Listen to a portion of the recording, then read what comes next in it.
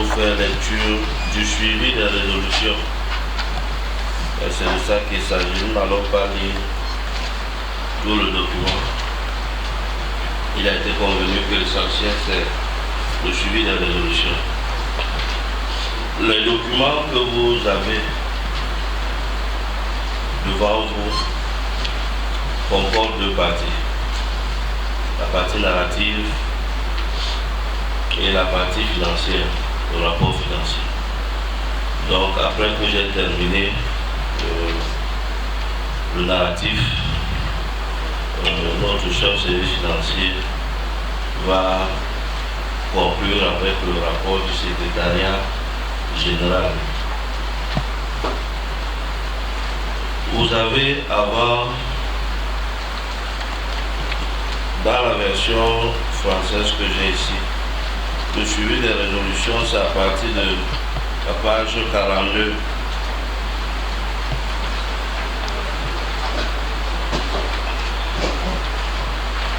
La page 42. Mais le document dans son ensemble ressort le rapport de toutes les activités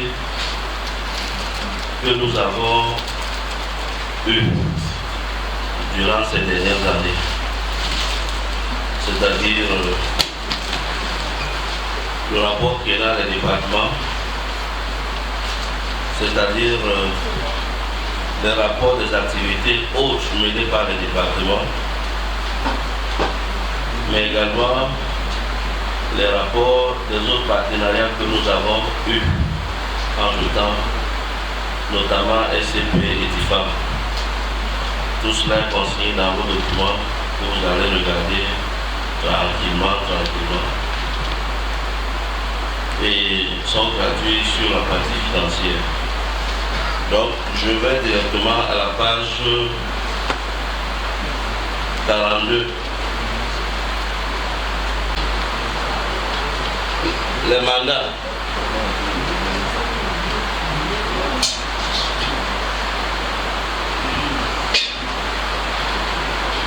L'Assemblée générale constate la vacance du poste du premier vice-président du CERCA est complète comme suit. Président Conquiforba, vice-président Badina, deuxième vice-président Abissorosé Célestin. L'Assemblée générale appelle la mise à l'exécution de la résolution numéro 13/48 AG CERCA 2018 de la 41e Assemblée générale qui stipule que l'Assemblée générale a constaté avec regret les inégalités dans le déploiement des responsabilités au sein du CERCA. Par souci d'équité évangélique, elle décide que les premiers postes à partir du secrétaire général, des exécutifs et les autres personnels d'appui soient attribués aux 11 églises membres du CERCA. Aujourd'hui, nous sommes 12. De la fin du premier mandat du secrétaire général, par respect des procédures s'agissant du secrétaire général, cette question est renvoyée à l'Assemblée générale du mardi numéro 3. De la fin du deuxième mandat du secrétaire exécutif de l'éducation, l'Assemblée générale prend acte de la fin du mandat de l'actuel secrétaire et demande au secrétaire général de faire un appel à candidature à ce poste. Nous avons dit que c'est en cours de réalisation, parce que c'est beaucoup de choses qui se mélangent dans la résolution. Comme observation, le mandat du secrétaire général étant de 4 ans renouvelable une fois, un appel à candidature est prévu en 2024 pour permettre une transition ordonnée. Deuxièmement, la candidature de l'église évangélique luthérienne du Cameroun a été retenue lors du comité exécutif tenu à Yaoundé le 17 au mois d'octobre 2022 au sein de l'EPC. Le nouveau secrétaire exécutif du département de l'éducation est nommé M. Hamid Djoulde, professeur de lycée d'enseignement général hors échelle. Évaluation des mandats. L'Assemblée générale, au regard des rapports du secrétaire général, constate l'engagement du nouveau secrétaire exécutif de la santé et de la nouvelle secrétaire exécutive des femmes et affaires sociales. Ces postes sont confirmés. Cependant, au regard de l'indisponibilité répétée du secrétaire exécutif de la santé aux grandes rencontres, l'Assemblée demande au secrétaire général de rédiger une correspondance motivée à son église d'appartenance afin que les dispositions soient prises pour garantir la permanence à ce poste. Il y a eu en tout temps un comité, c'était le comité exécutif de octobre. L'appel à candidature au poste du secrétaire du département santé a été lancé en date du 16 janvier 2023. La date de recevabilité de candidature, c'était le 15 mars 2023. Appui à l'organisation de la task force. L'Assemblée générale constate la difficulté de la task force à se structurer par elle-même afin de booster son décollage. Elle propose la mise en place d'un bureau de travail provisoire composé de 3 membres pour les responsabilités suivantes.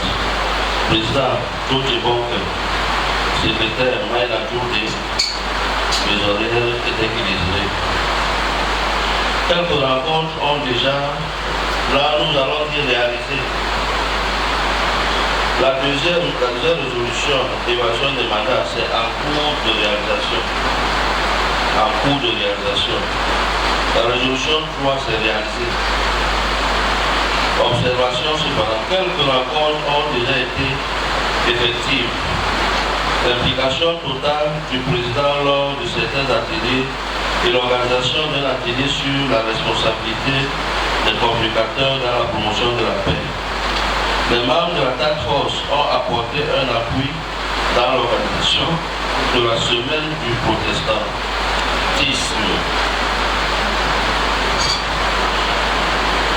Résolution numéro 4. Mise en place des bureaux de démembrement. L'Assemblée générale demande, dans un délai de 3 mois, l'exécution par les chefs d'église de la résolution numéro 20 par 51 par AG par 50 par 2021, repartissant les bureaux de vote ainsi qui suivent. Région et église. Littoral, UEBC, NBC. Non réalisé. Nord-Ouest, CBC, non réalisé. Centre, EBC, non réalisé. Sud-Ouest, BCC, non réalisé. Extrême Nord, UEEC, réalisé. Ouest, EEC, non réalisé. Nord, EFLC, en cours de réalisation. Est, EPA, non réalisé. Adamawa, EELC, en cours de réalisation. Sud, EPC, non réalisé. Résolution 5, représentation des démembrements. L'Assemblée générale demande l'intégration des présidents régionaux CENCA comme membres non statutaires en son sein. Bien évidemment, la résolution 5 a une implication sur la résolution 4. À partir du moment où les chefs d'église n'ont pas procédé aux élections dans les différentes régions, par voie de conséquence, il n'y a pas de bureaux régionaux dans certains cas. C'est pour ça que nous avons mis en cours de réalisation. Certaines églises ont du mal à structurer les démembrements. Résolution 5. Aumônerie scolaire. L'Assemblée générale constate une augmentation croissante des violences en milieu scolaire, notamment confessionnelles.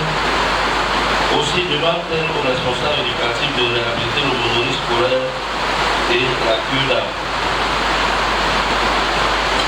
La vision comme observation, nous avons dit en cours de réalisation, comme observation, la vision n'est pas encore claire. Cette préoccupation devra être rappelée dans le nouveau plan stratégique. Résolution 6. Problématique de l'entrepreneuriat jeune. L'Assemblée générale demande aux chefs d'église d'étudier et de mettre en œuvre des opportunités d'auto-emploi interne des jeunes en s'appropriant des problématiques environnementales et des métiers verts. également, l'Assemblée générale valide la création d'une coordination nationale de la jeunesse protestante au Cameroun, organe sous supervision du département jeunesse et témoignage chrétien. À ce titre, elle demande au secrétaire exécutif de ce département d'étudier les thèmes de référence et les textes y afférents à soumettre au comité exécutif. En cours de réalisation, le travail avec les jeunes demande encore de visibilité, mais les rapports sont réguliers pour appréhender au mieux les besoins de la jeunesse protestante. Résolution 8. Entrepreneuriat femme. L'Assemblée générale se félicite du succès de la tontine, de la mise en œuvre effective du concept tontine amélioré et demande son élargissement dans les antennes régionales à travers l'association des corps protestants du pays. Elle encourage le DEFAS à initier davantage de micro-projets visant l'autonomisation, l'innovation et l'entrepreneuriat féminin au sein des associations de femmes. Aussi, le principe de l'organisation chaque année par le DEFAS d'une journée de prière et de jeu au sein des associations de femmes des églises membres en cours de réalisation. Le projet tontine amélioré a démarré en novembre 2020. Il a été implémenté en février 2022 au sein de l'association des femmes de l'Union des églises baptistes du Cameroun, précisément au groupe des femmes JBB2 de l'église Espérance Yaoundé. Les prochaines zones d'intervention sont l'association des femmes de la Presbyterian Church du Cameroun et l'Union des églises évangéliques du Cameroun. Résolution 9. Médias, 5 ans. La communication étant la partie contribuant à la visibilité des actions des églises protestantes, des églises membres, l'Assemblée générale demande que ce département soit davantage valorisé en améliorant les conditions de travail des communicateurs. Que le secrétaire général initie des correspondances en direction des églises basées à Yaoundé pour la mise à disponibilité autique des personnes ressources, points focaux, dans l'animation des émissions et le partage des informations de la vie au quotidien des églises locales. Le département insiste sur la formation, nous avons dit en cours de réalisation, le département insiste sur la formation des communicateurs des églises. Il y a des avancées sur la prise en compte de ce travail, mais il reste à le valoriser comme un grand département dans certaines églises. Les versions numériques des informations sont disponibles. Résolution 10. Harmonisation du management et de coordination des œuvres. L'Assemblée générale valide l'organigramme d'une coordination type et demande aux églises membres de s'en approprier pour une meilleure visibilité des rapports église, œuvres de santé et la gestion des ressources humaines et financières réalisées. L'organigramme type a été validé. Reste l'implémentation par certaines coordinations pour une gestion saine de nos œuvres. Résolution 11. La non-exécution de la résolution numéro 23 par 51 AG par 54 2022. L'Assemblée générale constate la non-application de la résolution relative au départ en retraite de l'employé donnant suite, elle demande au secrétaire général d'adresser une correspondance au bureau de tradition de l'UEC, l'église d'appartenance de l'employé pour... Tu vas te lever. 49.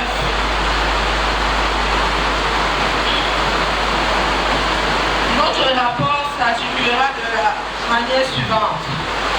Nous allons présenter les rapports des différents projets financés par notre partenaire traditionnel allemand, peuple au monde.